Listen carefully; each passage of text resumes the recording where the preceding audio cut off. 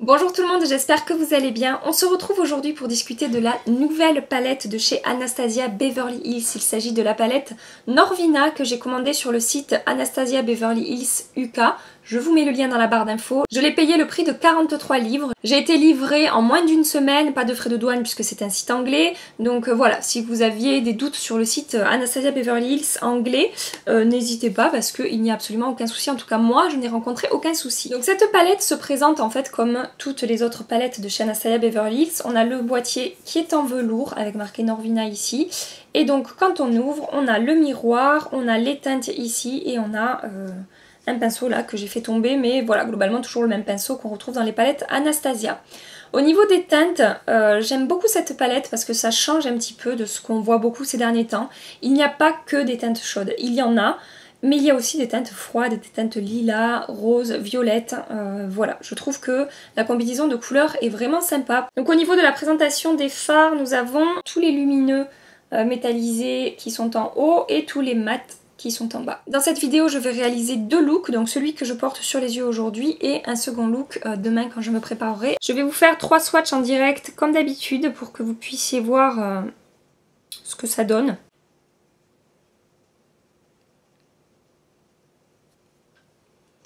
Voilà pour les swatchs, on a 2 lumineux et un mat. Et donc, comme vous pouvez le voir, la pigmentation est excellente, que ce soit le mat ou les lumineux. Je n'ai absolument rien à dire, sachant que j'ai effleuré les fards. Quand je vous dis qu'il faut effleurer les fards, je vais vous montrer. Donc, je vais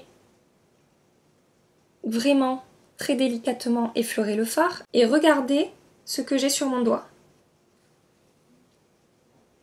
Donc si vous y allez fort avec votre pinceau ou avec votre doigt, il risque de vous arriver des malheurs. Il faut y aller vraiment délicatement avec cette palette, que ce soit les fards lumineux ou que ce soit les mats. Les mats parce qu'ils sont quand même pas mal poudreux, comme toutes les palettes Anastasia. C'est comme ça. Les palettes Anastasia, il y a une pigmentation excellente, mais les fards sont poudreux. Moi, ça ne me dérange absolument pas. Voilà, donc je vous disais, les fards mat, il va falloir y aller doucement avec votre pinceau parce qu'ils sont poudreux. Et les fards lumineux, il va falloir y aller doucement avec votre doigt ou avec votre pinceau parce que, en fait, rien qu'en effleurant le fard, on prélève suffisamment de matière. Au début, moi, j'y suis allée comme dans toutes mes autres palettes, un petit peu plus fort et j'ai prélevé trop de matière, en fait.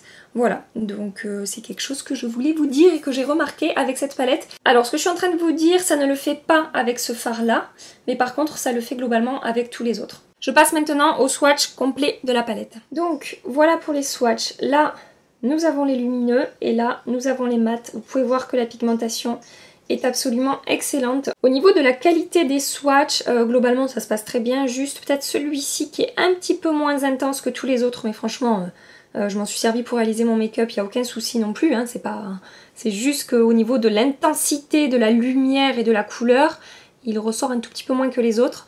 Au niveau des mats, la pigmentation de tous les mats est absolument excellente. La teinte Soul qui est ici et la teinte Love qui est ici. Alors la pigmentation est excellente, c'est juste au niveau de la texture, ils sont un tout petit peu plus secs que les autres. Voilà, mais ça n'impacte en rien sur le maquillage, sur la manière dont se travaille le fard, etc. Je vous parle vraiment la texture des fards au niveau du swatch. J'essaie de vous donner toutes les informations que j'ai en ma possession après avoir utilisé cette palette pendant quelques jours. Maintenant que je vous ai présenté la palette, je vais vous montrer comment est-ce que j'ai réalisé ce look là. Mais juste avant ça, si cette vidéo vous a plu, pensez à la liker avant de partir, pensez à appuyer sur ce petit pouce bleu en l'air. Comme je vous dis toujours, ça fait vraiment plaisir et c'est hyper encourageant en fait. Et si vous êtes tout nouveau sur ma chaîne, bienvenue à vous, pensez à vous abonner avant de partir en cliquant sur le petit bouton rouge qui se trouve en dessous de ma vidéo pour ne rien manquer de la suite des aventures YouTube. On passe tout de suite à l'application du make-up. Je prends la teinte Love qui est ici. Et avec mon 228 de chez Zoeva, je vais appliquer ça dans mon creux de paupière en faisant des petits mouvements circulaires, en estompant bien, en faisant des mouvements de va-et-vient avec mon pinceau pour, comme toujours, obtenir le résultat le plus diffus et le plus estompé possible. Je prends la teinte Soul qui est ici et avec mon 217 de chez MAC, j'applique ça dans mon coin externe. Et je remonte un petit peu dans mon creux de paupière. Sur les deux teintes, quand j'y vais délicatement avec mon pinceau, c'est poudreux certes, mais c'est pas non plus, c'est pas une catastrophe quoi. Je prends la teinte Wild Child qui est ici, Et avec mon shading brush de chez Real Techniques que j'ai humidifié, je vais appliquer ça sur ma paupière mobile en partant du coin interne et en rejoignant quasiment mon coin externe. Je prends maintenant la teinte volatile et avec mon 231 de chez Zoeva, je vais accentuer un petit peu mon coin externe. Et je reprends la teinte Soul qui est la teinte un petit peu lilas et je reviens par-dessus.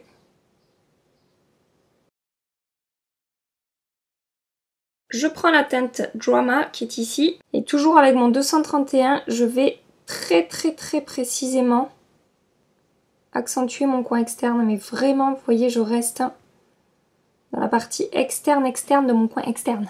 Et toujours avec la même teinte et mon pinceau biseauté 317 de chez Zoeva, je vais accentuer mon ras de cils. Je prends la teinte Dreamer qui est ici. Je vais légèrement appliquer ça dans mon coin interne, comme touche de lumière.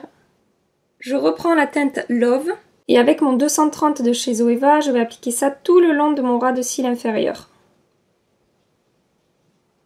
Je reprends la teinte Soul et je vais appliquer ça sur mon ras de cils inférieur mais en restant au coin externe. Et ensuite j'estompe un petit peu pour qu'il n'y ait pas de démarcation.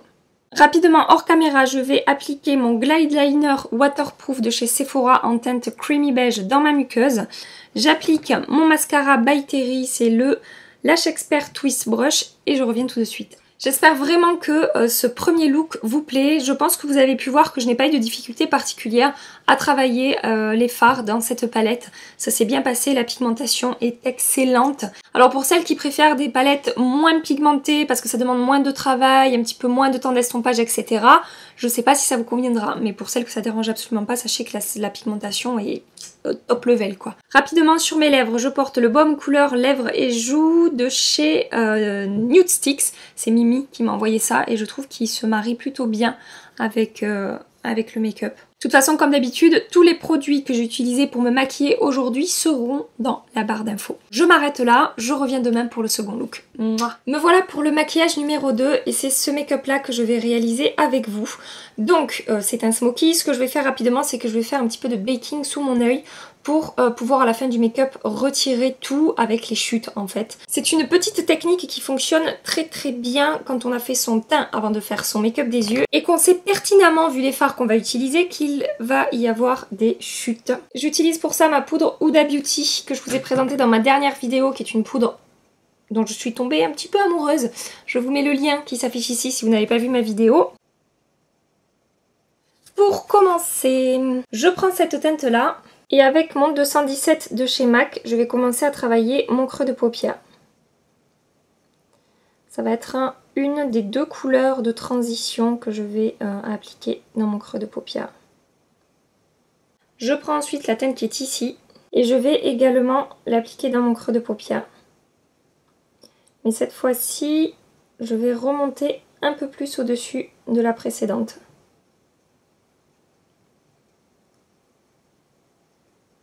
Je prends maintenant la teinte Passion et avec mon 230 de chez Zoeva, j'applique ça dans mon coin interne, assez précisément. Je l'applique également dans mon coin externe, je forme un V à l'extérieur de mon œil et ensuite je remplis le coin. Et ensuite, avec ce qu'il me reste sur mon pinceau, je vais rejoindre le coin interne et le coin externe dans mon creux de paupière. Je reprends mon 217 de chez MAC, je ne prends pas de matière et j'estompe mon creux de paupière. Je prends maintenant cette teinte ici, je vais l'effleurer avec mon doigt et je l'applique au centre de ma paupière mobile.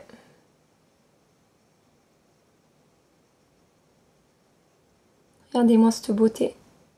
La pigmentation est tellement bonne. Et la texture s'étire tellement bien et la lumière est tellement intense qu'il y a besoin de très peu de matière et pour beaucoup de surface en fait. Je prends ensuite la teinte ici et avec mon shading brush de chez Real Techniques, je vais venir l'appliquer sur les bords de la teinte que j'ai appliquée juste avant. Ça va créer une sorte de dégradé en fait au niveau de la couleur. Ce rose gold aussi est absolument magnifique. Je prends maintenant cette teinte et je vais venir l'appliquer au centre mais centre de chez centre.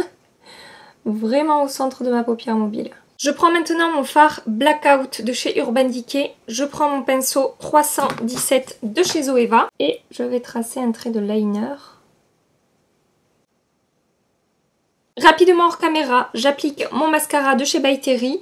Et dans ma muqueuse, avec un pinceau biseauté, je vais appliquer du noir. Pour ça, j'utilise l'eyeliner gel de chez Inglot qui est ultra pigmenté, ultra noir et qui, une fois posé dans la muqueuse, ne bougera plus de la journée. Je vais retirer la poudre sous mes yeux pour venir terminer mon maquillage. Je reprends cette teinte et toujours avec mon 230 de chez Zoeva, je vais en appliquer dans mon coin externe au ras de cils inférieur, dans mon coin interne au ras de cils inférieur.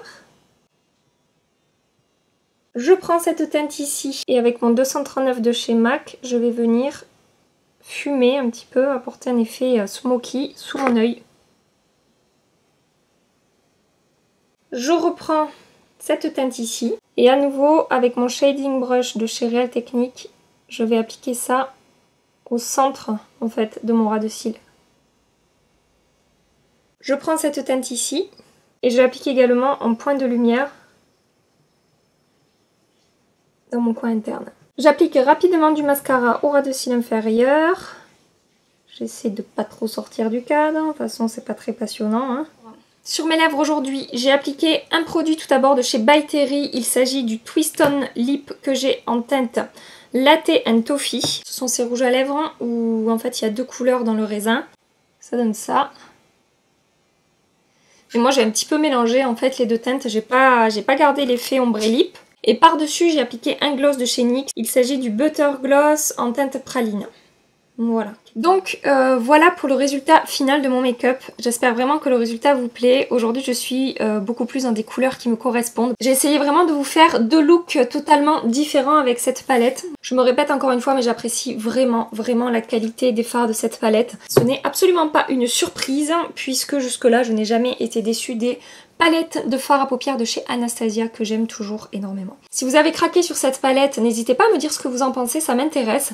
Parce que voilà, j'ai vu certains retours sur YouTube, justement par rapport à la texture des fards lumineux, où les personnes se plaignaient des chutes, etc. Mais comme je vous ai dit, et j'insiste là-dessus, si on y va tout doucement, en fait, si on effleure les fards et qu'on prend la quantité qu'il faut, moi personnellement je ne rencontre pas ce problème. Voilà, bref, donc dites-moi si vous avez rencontré ce problème, dites-moi ce que vous en pensez, et si vous n'avez pas encore craqué, dites-moi du coup après cette vidéo si vous comptez vous procurer cette palette ou pas.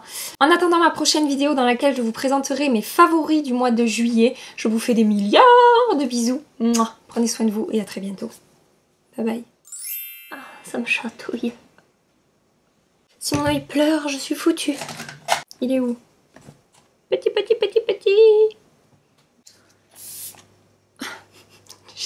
J'ai tout mis à côté.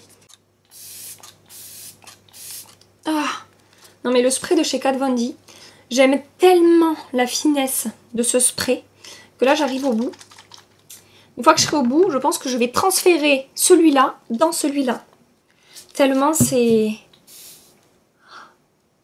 le paradis du spray. Le truc c'est thérapeutique tellement ça fait du bien. Si vous êtes de mauvais poils, aspergez-vous la tronche avec ça. Vous verrez ça va beaucoup mieux après.